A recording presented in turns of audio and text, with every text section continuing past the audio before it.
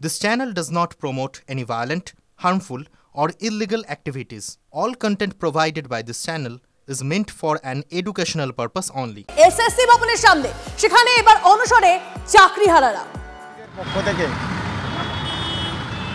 গতকাল আচার্য সদন school service কমিশনের যে অফিস সেখানে আমরা এসেছিলাম। মাননীয় চেয়ারম্যান সিদ্ধার্থ মজুমদার স্যারের সাথে আমরা দেখা করি।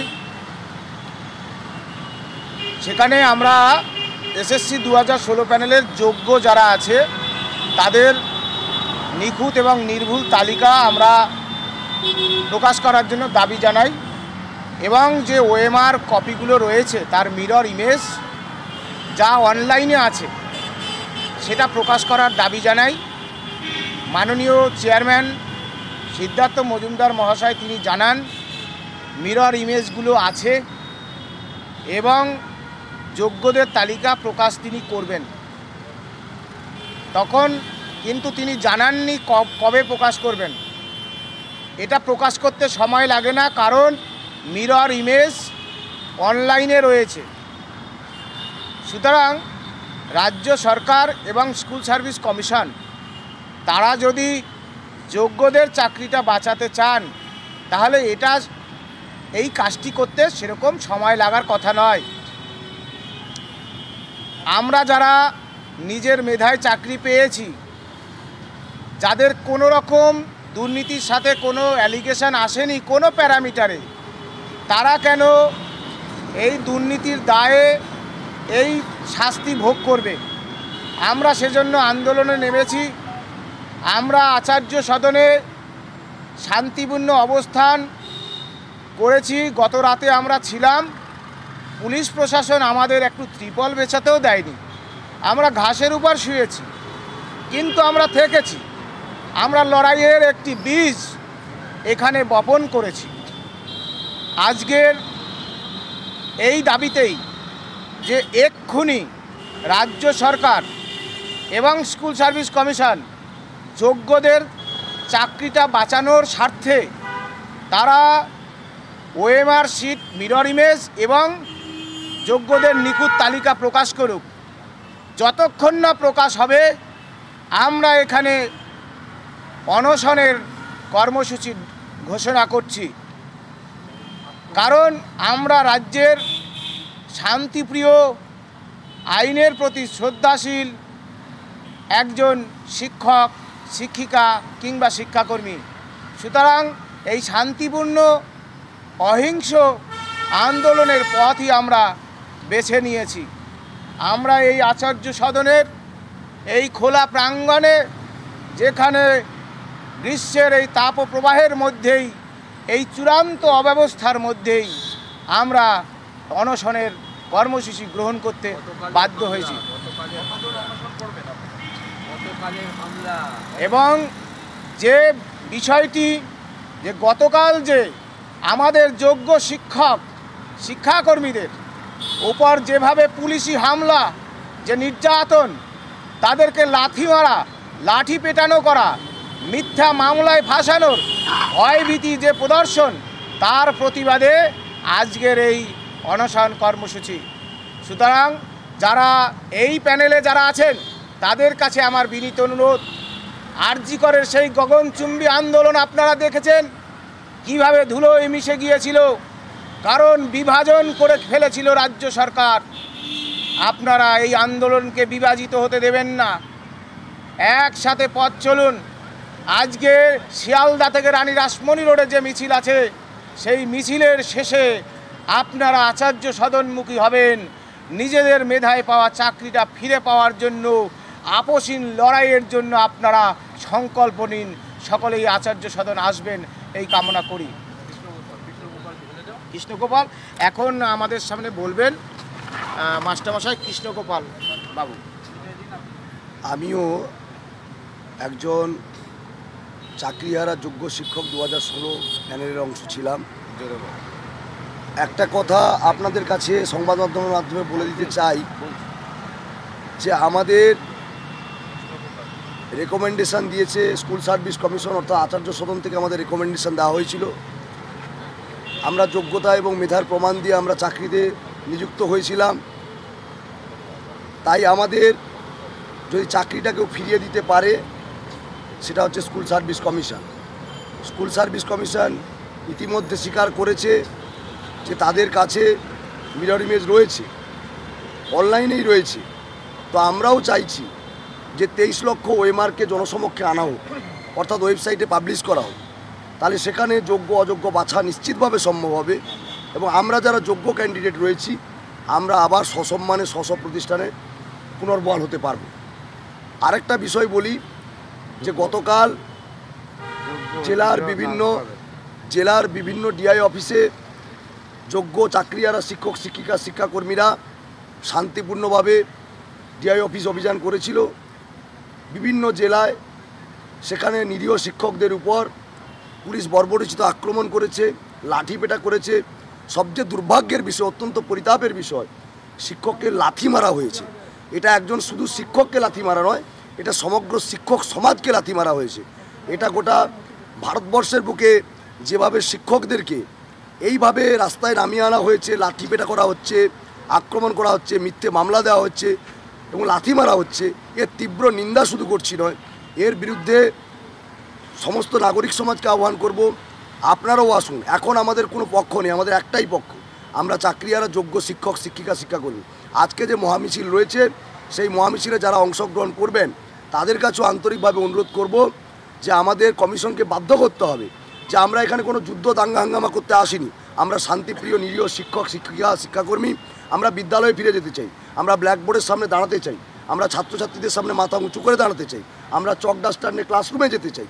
তো সেই জায়গাটাকে ফিরিয়ে পেতে গেলে তাহলে আমাদের কমিশনের সামনে লাগাতার আমাদের আন্দোলন করতে হবে, সেটা শান্তিপূর্ণভাবে। আমরা পুলিশ প্রশাসনের সঙ্গে সর্বতভাবে সহযোগিতা করছি। আমরা আশা করব পুলিশ দ্বিতীয়বার এরকম বর্বরোচিত যেন আক্রমণ না করে, কারণ আমাদেরকে কিন্তু তখন ভিন্ন পথ অবলম্বন করতে হবে। এইটুকু আপনাদের কাছে বলে রাখলাম। নমস্কার। দেখুন,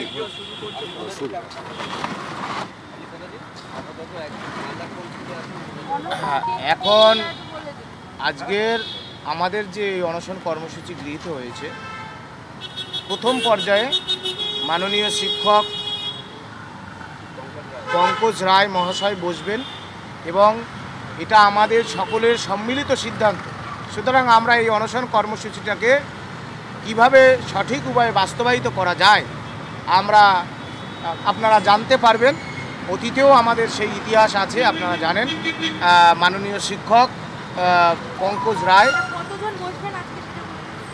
আপাতত একজন বসবেন, এই মুহূর্তে একজন বসবেন। আপনারা যে গতকাল থেকে এখানে বসে আছেন, গতকাল সাংবাদিক সম্মেলন করে বললেন যে সরকার আপনাদের পাশে আছে, সর্বতভাবে আপনাদের সঙ্গে আছে। আপনারা যে গতকাল থেকে বসে আছেন, এসএসসির তরফ থেকে বা কেউ আপনাদের সঙ্গে যোগাযোগ করে? না, আমাদের সাথে তো কেউ যোগাযোগ করেনি এবং আমাদের মুখ্য সচিব বলছেন যে সরকারের আমাদের পক্ষে আছে। কিভাবে পক্ষে আছে? গত 7 তারিখ, গত 7ই এপ্রিল নেতাজি ইন্ডোরে রাজ্যের মুখ্যমন্ত্রী কি বললেন? যোগ্য শিক্ষকদের শিক্ষাকর্মীদের ভলান্টিয়ারি সার্ভিস দিতে বললেন। অথচ তিনি তারই চেয়ারম্যান স্কুল সার্ভিস কমিশনে, তিনি বলছেন মিরর ইমেজ আমি প্রকাশ করব, যোগ্যদের তালিকা আমি দেব। এটা দিয়ে দিলেই তো বাংলার মানুষ দেখতে পায় কারা শূন্য পেয়ে চাকরি পেয়েছে, কারা ঘুষ দিয়ে চাকরি কিনেছে, কারা যোগ্য। আর যোগ্যদের চাকরিটা বাঁচিয়ে দিলেই সমস্ত সমস্যার সমাধান। এই সব কথা বলে আবারও বাংলার মানুষকে বিভ্রান্ত করার চেষ্টা করছেন। আমরা এই প্ররোচনায় পা দিচ্ছি না, সেজন্যই এখানে এই আন্দোলনে আমরা বসেছি, অনশন কর্মসূচি গৃহীত হয়েছে। হ্যাঁ, নমস্কার, আমার নাম পঙ্কজ রায়, আমি সালাইডাঙ্গা হাই স্কুলের শিক্ষক। আমার কাছে একটাই মাত্র পথ দেখতে পাচ্ছি, যেই পথটা আমি বাঁচতে বাধ্য হলাম সেটা হলো অনশন। গান্ধীজির অনেক পদ্ধতি ছিল, সেই পদ্ধতির মধ্যে এটা একটা গুরুত্বপূর্ণ একটা পদ্ধতি, যেই পদ্ধতিটা শান্তিপূর্ণভাবে আমরা করতে পারবো এবং সেই শান্তিপূর্ণ পদ্ধতির যে অনশন সেটা আমি এখন থেকে শুরু করছি, কারণ এই একমাত্র পথ যোগ্য শিক্ষক শিক্ষিকা এবং শিক্ষাকর্মীদেরকে বাঁচানোর জন্য আমাদের কাছে আর কোনো রাস্তা নাই। আপনাদের মাধ্যমে এটাও বলতে চাই যে আমরা যে পরিস্থিতির মাধ্যমে শিক্ষককে নিযুক্ত হয়েছি, সেই কঠিন পরিশ্রম করে কি হারে পরিশ্রম করতে হয় আপনারা অনেকে জানেন।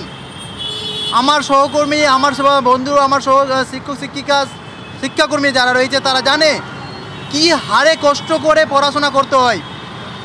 কিন্তু এত দুর্নীতির মাধ্যমে যে দুর্নীতি হয়েছে তার মধ্যেও আমরা নিজের যোগ্যতার ভিত্তিতে চাকরি পেয়েছি, এবং সেই যোগ্যতার প্রমাণ কাকে দিবে? যে নিয়োগ করেছে সে তাকে দেওয়া উচিত।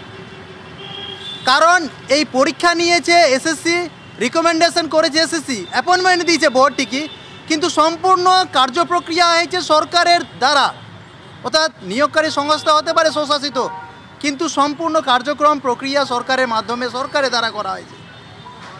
এই জন্যই আজকে আমরা আচার্য সদনের সামনে আমি সবার পক্ষ থেকে অনশনে বসলাম, কারণ এই আচার্য সদনই আমাদের বাঁচাতে পারে। যোগ্য শিক্ষক আছে কি আছে না সেটা সার্টিফাইড করতে পারে একমাত্র নিয়োগকারী সংস্থা এসএসসি। এবং কালকে আমাদের প্রতিনিধি এবং আরও একজন গিয়েছিল, সেখান থেকে তারা জানতে পেরেছে, এসএসসি চেয়ারম্যান বলেছে যে তাদের কাছে মিরর ইমেজটা আছে অমারের। তাহলে ওনার কাছে যদি থাকে তাহলে সেটা কেন পাবলিশ করছে না? জনসমক্ষে অযোগ্যদের অমারশিট পাবলিশ করেছিল, সমস্ত 9-10 অমারশিট পাবলিশ করেছে, 11-12 অমারশিট পাবলিশ করা হয়নি। তো ওনার কাছে যতগুলো অমারশিট আছে, মিরর ইমেজটা আছে, সেটা জনসমক্ষে পাবলিশ করে দাও, তাহলে সেখানে সমস্ত কিছু বোঝা চলে যাবে। এবং সেই জন্যই আমি যোগ্য শিক্ষক শিক্ষিকা কর্মীদের পক্ষ থেকে আজ অনশনে বসলাম। ধন্যবাদ, নমস্কার। সালাইডাঙ্গা হাই স্কুল, সালাইডাঙ্গা, মালদা জেলা, সালাইডাঙ্গা।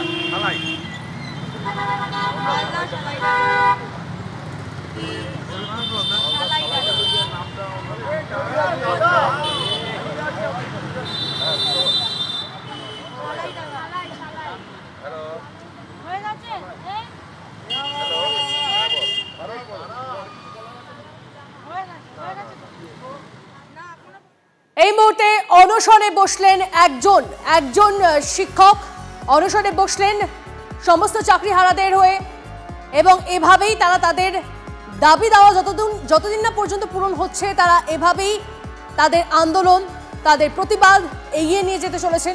যোগ্যদের তালিকা প্রকাশ ও এমআরশিটের মিরর ইমেজ প্রকাশের দাবি।